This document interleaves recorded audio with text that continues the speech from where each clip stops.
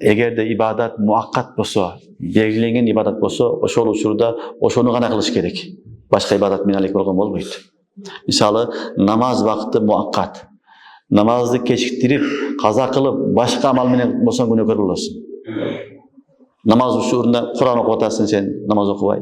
Таспих тартып атасың, зикир кылып атасың, сабак берип атасың, сабакты кайталап атасың, дават кылып атасың, бирөөгө насихат кылып атасың, баян кылып атасың, эмне кылсаң кыл, бирок намаз учурунда токтотуш керек.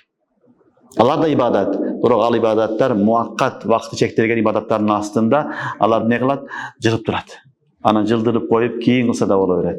Аллаху акбар, хайя алас салах, хайя алал фалах деген үн чыктыбы? Мешитке келиш керек болду. Калган ибадаттын бүт баарын токтотуш керек. Зикириңди, тилаватыңды, Кураныңды, даватыңды, талимиңди, сабагыңды, баяныңды бүт баарын токтот. Сен ишиң намаз болуш керек. Түшүнүңөрбү? Алар да ибадат, бирок бул ибадат афзал ибадат.